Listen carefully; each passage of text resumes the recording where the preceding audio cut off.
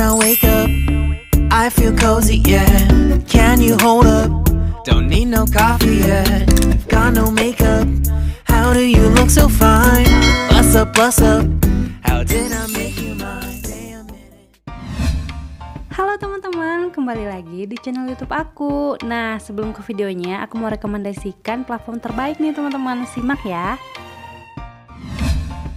Aku mau rekomendasikan dua platform terbaik teman-teman untuk kalian yang mau belajar soal-soal CPNS. Yang pertama yaitu Ayo CPNS dan yang kedua adalah Jadi CPNS. Tutorial daftarnya kan ada di Instagram aku nih teman-teman. Tapi kalau link daftar untuk Ayo CPNS ataupun Jadi CPNS, kalian juga bisa lihat di kolom deskripsi video ini ya. Ataupun kalian bisa lihat di Instabio aku. Kalian klik aja misalnya yang di Instabio aku. Nah, nanti tampilannya akan seperti ini teman-teman.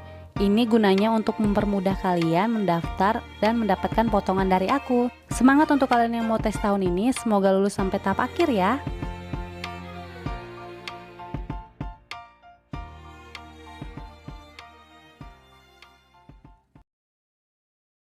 Aku pengen banget buat video ini karena sebelumnya ada yang nanya ke aku di DM Instagram ya.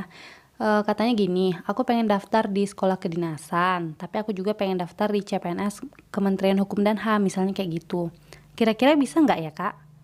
Nah, setelah itu aku lihat di Twitter ASN Kini Beda.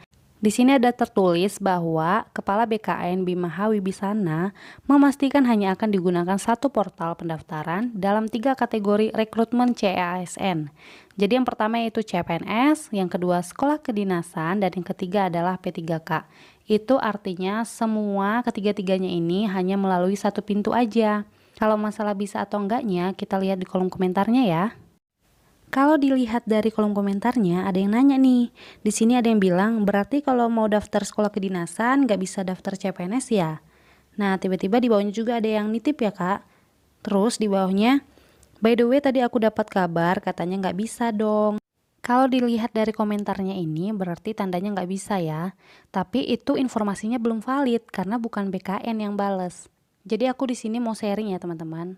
Waktu di tahun 2017 ada pembukaan CPNS di Kejaksaan Agung RI kalau nggak salah ya. Terus tahap keduanya pada saat Kejaksaan Agung ini belum sampai tahap akhir nih, masih tahap SKD.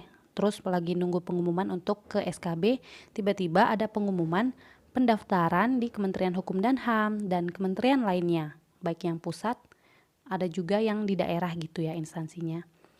Jadi ada teman aku dulu daftar di Kejaksaan Agung. Nah pada saat dia tes di SKD dia nggak lulus. Tiba-tiba di tahun yang sama juga bukalah nih Kementerian Hukum dan HAM. Akhirnya dia daftar juga nih di Kementerian Hukum dan HAM. Ternyata bisa, tapi cuma mereka aja sih yang bisa waktu itu karena kan di periode pertamanya nggak ada kementerian yang lain. Jadi hanya kualifikasi pendidikan itu aja yang bisa. Jadi nggak tahu nih kasusnya sama atau enggak dengan yang sekarang.